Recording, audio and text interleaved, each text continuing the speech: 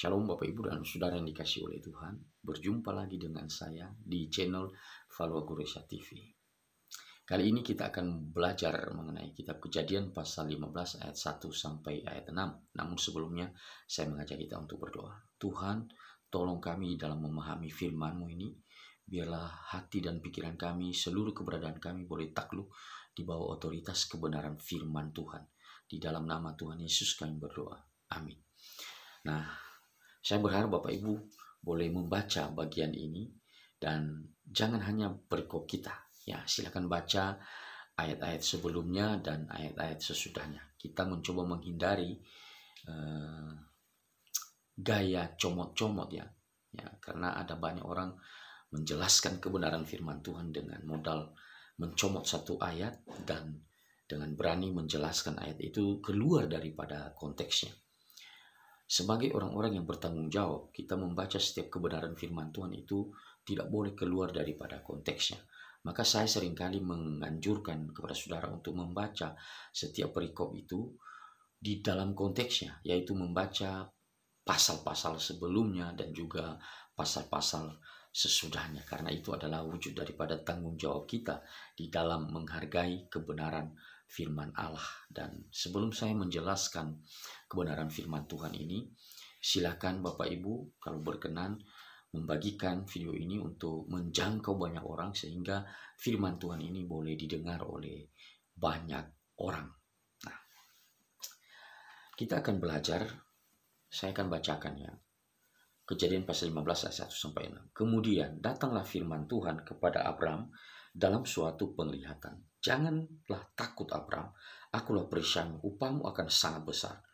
Abram menjawab, ya Tuhan Allah, apakah yang akan engkau berikan kepadaku? Karena aku akan meninggal dengan tidak mempunyai anak, dan yang akan mewarisi rumahku ialah Eliezer orang Damsyik itu. Lagi kata Abram, engkau tidak memberikan kepadaku keturunan, sehingga seorang hambaku nanti menjadi ahli warisku. Tetapi datanglah firman Tuhan kepadanya demikian. Orang ini tidak akan menjadi ahli warismu, melainkan anak kandungmu. Dialah yang akan menjadi ahli warismu. Lalu Tuhan membawa Abram keluar serta berfirman, coba lihat ke langit. Hitunglah bintang-bintang. Jika engkau dapat menghitungnya, maka firman-Nya kepadanya, demikianlah banyaknya nanti keturunanmu. Lalu percayalah Abram kepada Tuhan, maka Tuhan memperhitungkan hal itu kepadanya sebagai kebenaran. Ya.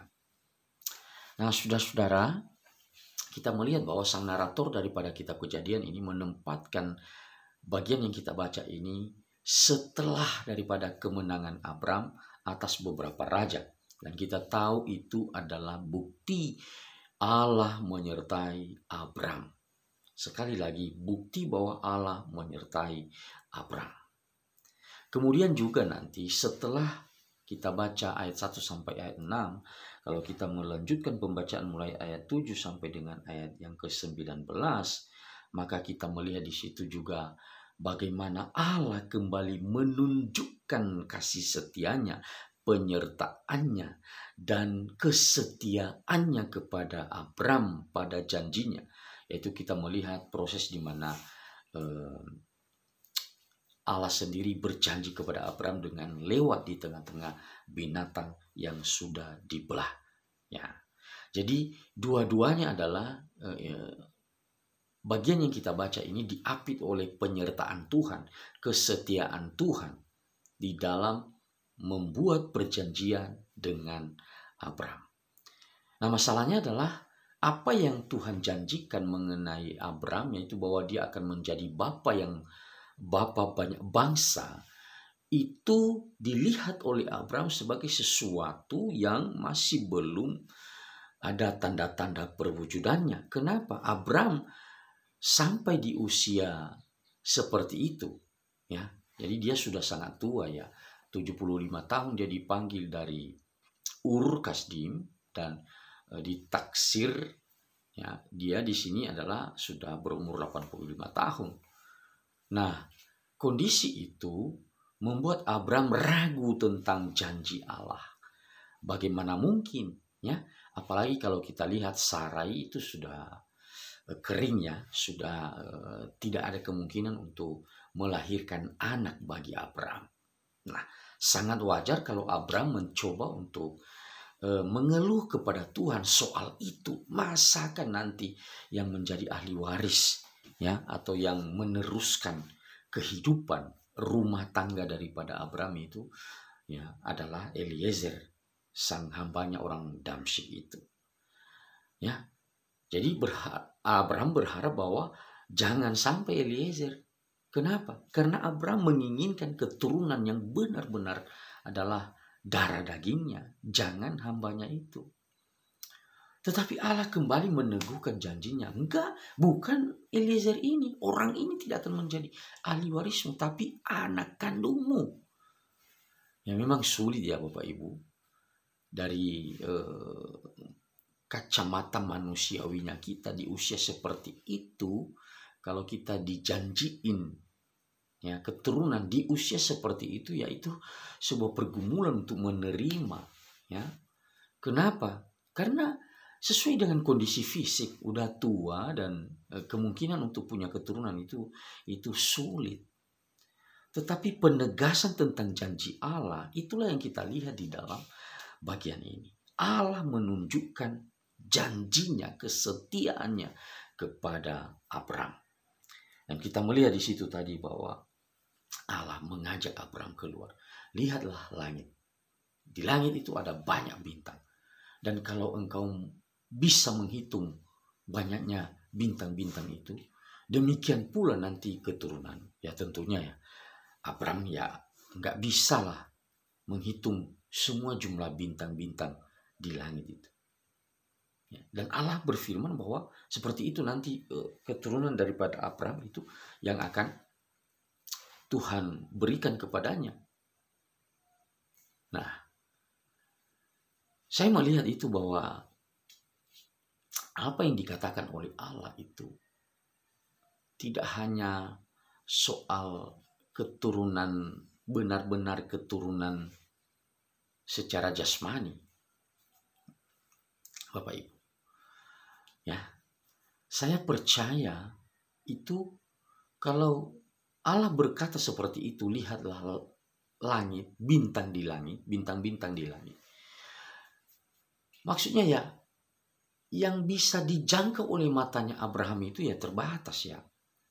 Bintang yang ada di atas langit itu, yang mampu dilihat oleh mata jasmaninya Abraham itu ya terbatas.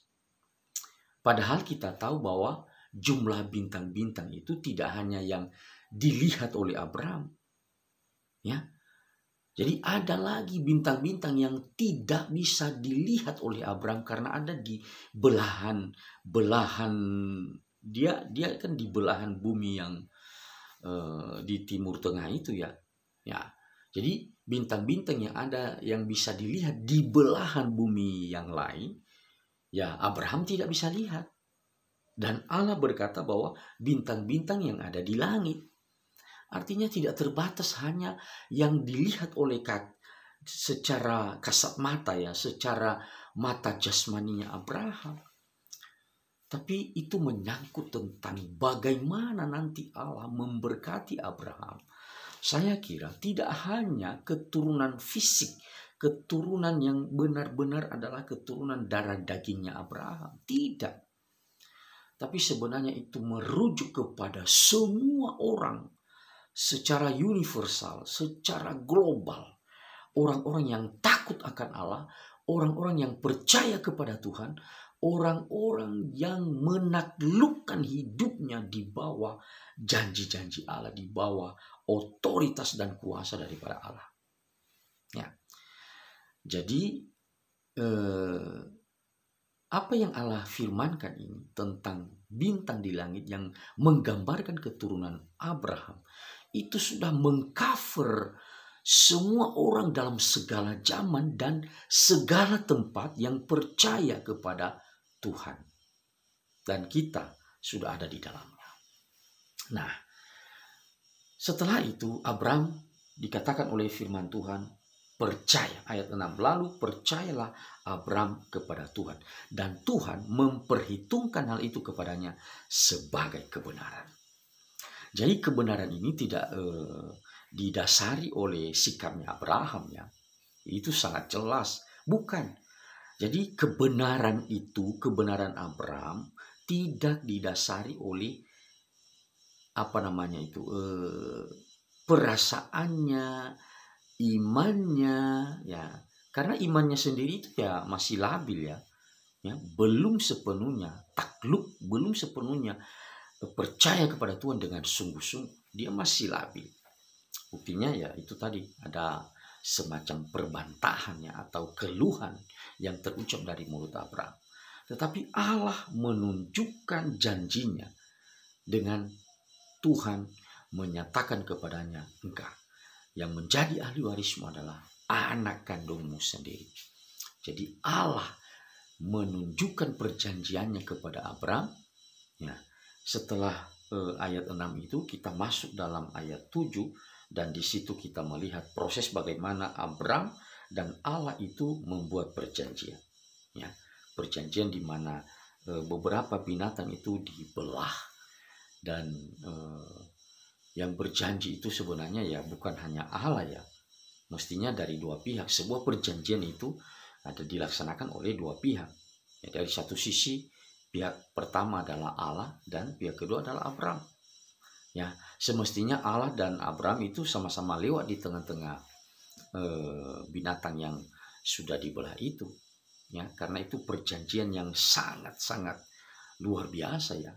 Ya, kalau orang berjanji melewati potongan binatang itu artinya yang tidak setia pada perjanjian itu nasibnya akan sama seperti binatang yang dibelah itu.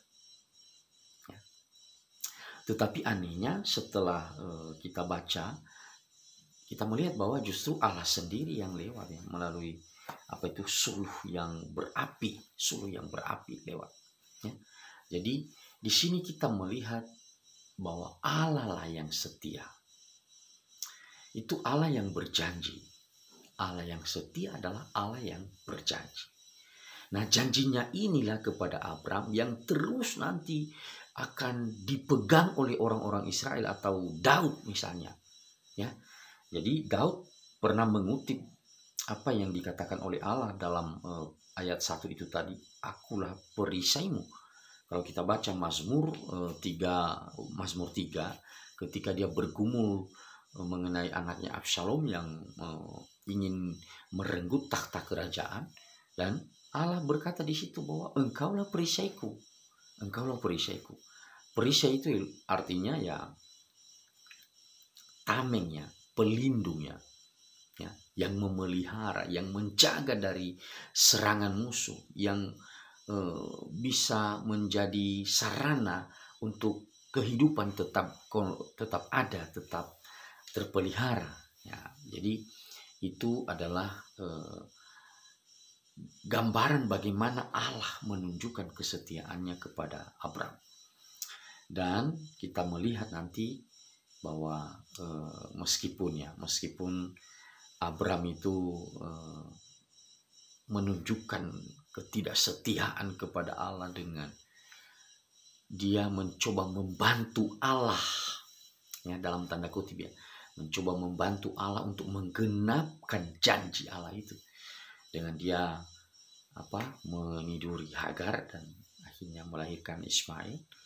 Tetapi Allah tetap menunjukkan janjinya ya dengan Tuhan menghadiahkan anak tunggal yaitu Ishak kepada Abraham, yaitu melalui istrinya yang benar, yaitu istrinya Sarah.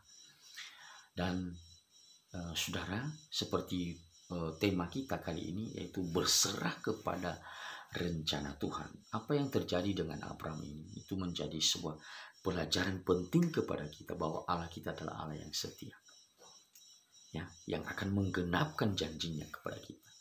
Jadi janji pemeliharaan, ya, janji juga di dalam panggilannya kita. Ya.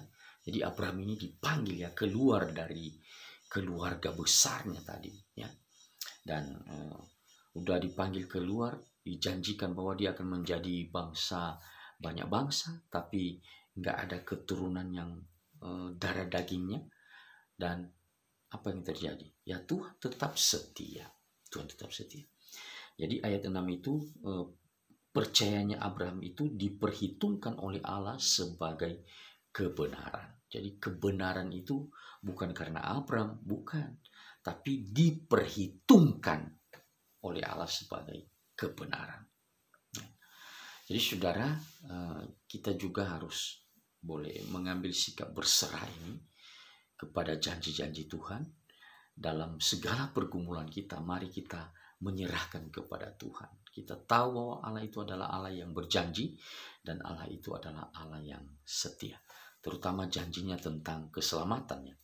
Ya, bahwa kita akan hidup bersama dengan Dia di dalam persekutuan kelak.